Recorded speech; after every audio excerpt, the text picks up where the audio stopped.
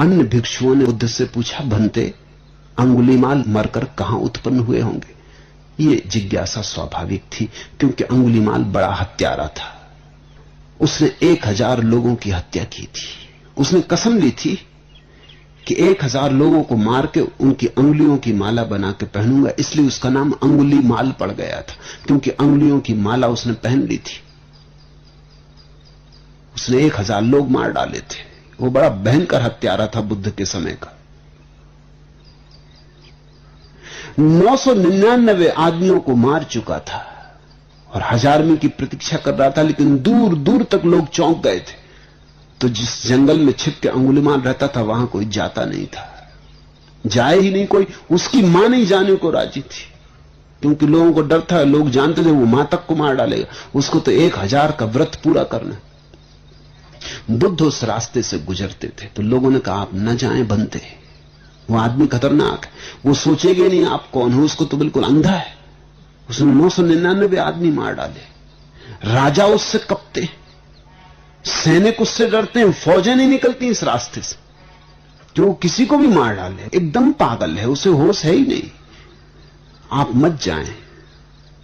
लेकिन बुद्ध ने कहा, अगर मुझे पता ना होता तो शायद मैं ना भी जाता, लेकिन अब पता है मुझे, वो बेचारा एक की प्रतीक्षा करता होगा। 999 मार डाले ना, उसको 1000 आदमी चाहिए, उसकी प्रतिज्ञा का क्या होगा ये भी तो सोचो। तो मैं जाता हूं। तो बुद्ध गए, उनके साथी संगी भी पीछे छूट गए। ऐसे समय कौन साथ कौन संगी। जब बुद्ध गए तो अकेले ही रह गए। अंगुलीमाल फरसे पर धार रखने लगा, देख के कि कोई आ रहा है, लेकिन वो भी बहुत चौंका, क्योंकि वर्षों से इस रास्ते पे कोई चलते ही नहीं। ये कौन ना समझ, उसको भी दया आने लगी, ये कौन ना समझ मरने आ रहा है। उसने गौर से देखा, गैरिक वस्त्र। अरे उसने सोचा कोई सन्यासी गया बेचारा काम से, इसको कुछ पता नहीं, गांव के लोगों ने भी बताया नहीं, मालूम होता। ऐसा सोचने लगा, फरसे पे धार रखी। जैसे जैसे बुद्ध करीब आने लगे, वैसे वैसे उसका भाव बदलने लगा, उसे दया आने लगी। उसने अपने मन में सोचा, अंगुलीमाल तुझे हो क्या रहा है? ऐसी दया तुझे कभी नहीं आई, तेरी मां भी आती तो भी तू काटने को तत्पर था। ये तो कौन है, अपनी क्या जान क्या पहचान। लेकिन कुछ होने लगा, बुद्ध की मौजूदगी कुछ करने लगी। वो तरंगें बुद्ध की, वो शांति बुद्ध की, वो हवा बुद्ध की, वो सुगंध बुद्ध की कुछ करने लगी। जब वो थोड़ी दूर रह गए तो अंगुलीमाल चिल्लाया। उसने कहा कि रुक जाओ वहीं, अगर आगे बढ़े तो खतरा है। ये फरसा देखते हो, ये अंगुलियां देखते हो, मैं अंगुलीमाल हूं, मेरा नाम सुना। गर्दन काट के अंगुलियों की माला बना लूंगा, और मेरा व्रत पूरा करना है मुझे। और कई सालों बाद तुम दिखाई पड़े हो, कोई और आता भी नहीं, मगर तुम्हें मैं एक मौका देता हूं। न मालूम कैसे कमजोरी का क्षण है मेरा कि मैं तुम्हें एक मौका देता हूं, भाग जाओ, लेकिन और करीब मत आओ। मैं आदमी बुरा हूं, जरा भी आगे मत चलो। बुद्ध ने कहा, पागल, मेरा चलना तो कई वर्ष हुए तब बंद हो चुका। जिस दिन मन गया उस दिन सब चलन भी गया, सब चलना भी गया। अब कहां चलना, मैं तो ठहरा हुआ हूं। मैं तुझसे कहता हूं तू चलना बंद कर। अंगुलीमाल ने कहा, मैं सोच ही रहा था कि आदमी पागल होना चाहिए। तुम पागल हो, चल तुम रहे हो, चलते हुए को कहते हो कि चलता नहीं, और मैं बैठा हुआ फरसे पे धार रख रहा हूं और मुझको तुम कहते हो कि चलते हो। तुम्हारा दिमाग खराब है। अब मैं समझा कि तुम कैसे चले आ रहे हो।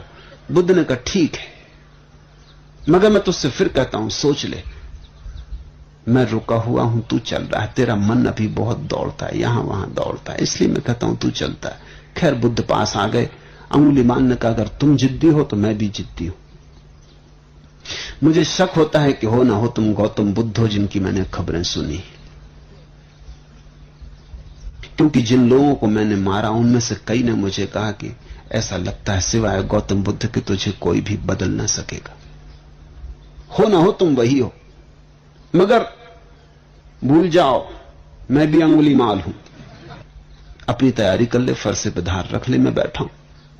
वो बैठ गए शांत। वो फरसे पे धार रखता है, क्योंकि कई साल से कोई आया नहीं तो फरसे पे जंग चढ़ गई।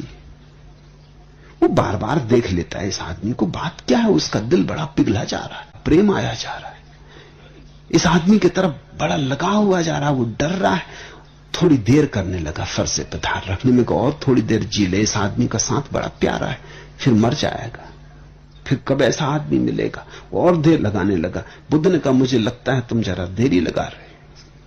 फरसे पे धार रखो अंगुलीमाल, तुम अपना काम करो, मुझे मेरा काम करने दो। ऐसे जल्दी से किसी के प्रभाव में नहीं आ जाते। अंगुलीमाल ने कहा कि तुम आदमी कैसे हो, तुम मरने पर तत्पर हो, आत्महत्या करने की तुमने सोच रखी। लेकिन उसका दिल बदल बेमन से रख रहा है। फिर धार भी पूरी हो गई। फिर उसने कहा, बोलो क्या विचार है। बुद्ध से पूछता, आप क्या विचार है। बुद्ध ने कहा, विचार की संभावना का विचार तो मैं छोड़ ही चुका अंगुलीमाल, और तू जिसे मारेगा वो मैं नहीं हूं, और जो मैं हूं उसे कोई भी मार नहीं सकता। कौन फरसा मुझे छेद सकेगा। अंगुलीमाल ने आंख में आंख डालकर देखा, इस आदमी को मारना असंभव है।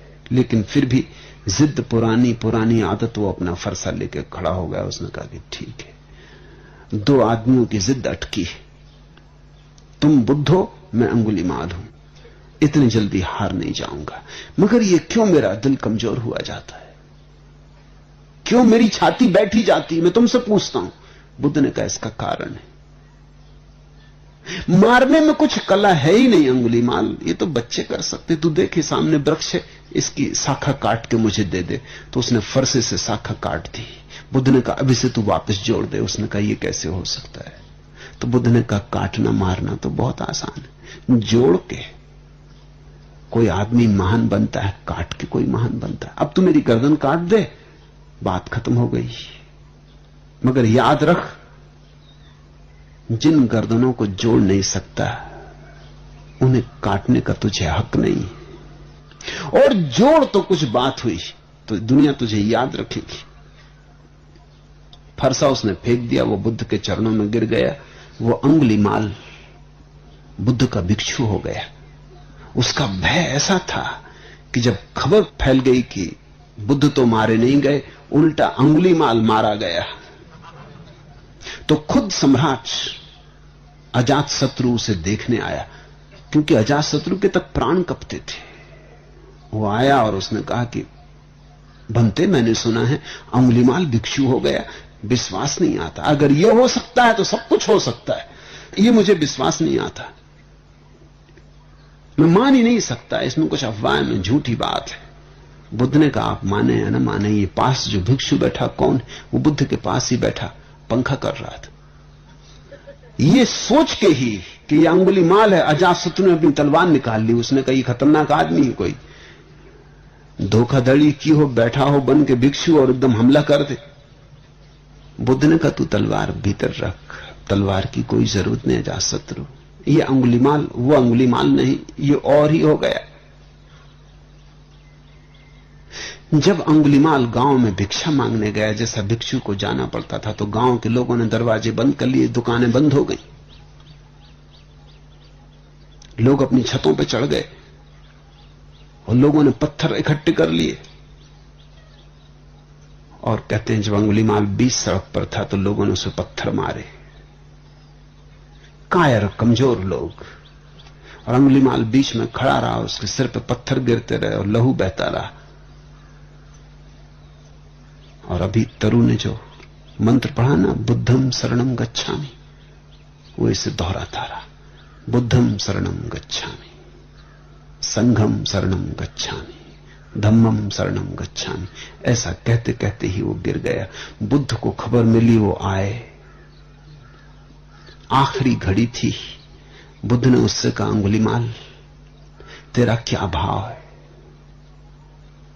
उसने कहा, आप और पूछते हैं, ठहरे हुए का क्या भाव, रुके हुए का क्या भाव। तेरे मन को कुछ हुआ अंगुलीमाल। अंगुलीमाल ने कहा, नहीं, कुछ भी नहीं हुआ, देखता रहा, साक्षी था। तो अंगुलीमाल ने कहा, होता भी क्या, मैं देखने वाला हूं, दृष्टा हूं, यही तो आपने समझाया। बुद्ध उससे बोले, अंगुलीमाल तू ब्राह्मण होके मर रहा है, तू ब्रह्म ज्ञान को उपलब्ध होके मर रहा है, तू अरहत को उपलब्ध हो गया, तू अरिहंत हो गया। ऐसा जब अंगुलीमाल मर गया तो और भिक्षुओं ने पूछा बुद्ध को, भंते अंगुलीमाल मरकर कहां उत्पन्न हुए? बुद्ध ने कहा, भिक्षुओं, मेरा वह पुत्र परिनिवृत्त हो गया, परिनिर्वाण को उपलब्ध हो गया है, अब उसका जन्म नहीं होगा, वो जन्म मरण के पार हो गया है, अब वो वापस नहीं लौटेगा। भंते, भिक्षुओं ने कहा, इतने मनुष्यों को मारकर? भिक्षुओं को भरोसा ना आया, ऐसा पापी परिनिर्वाण को उपलब्ध हो गया। हां भिक्षुओं, बुद्ध ने कहा, सोए सोए उसने बहुत पाप किए, लेकिन जागकर पुण्यों से उसने उन्हें काट डाला, ऐसे वह शून्य भाव में डूबकर निर्वाण को उपलब्ध हो गया है। लेकिन भिक्षुओं ने फिर पूछा, भगवान, उसे तो ज्यादा समय भिक्षु हुए भी नहीं हुआ, उसने पुण्य किए कहां? बुद्ध ने कहा, कभी कभी एक पुण्य का छोटा सा कृत्य भी अगर समग्रता से किया जाए तो सारे पापों को काट डालता है। नहीं उसे ज्यादा दिन लगे, नहीं ज्यादा दिन वो जिया, लेकिन जब लोग उसे पत्थर मार रहे थे तब वो साक्षी बना रहा। ये सबसे बड़ा पुण्य कृत्य है। कर्ता होने में पाप है, साक्षी होने में पुण्य है।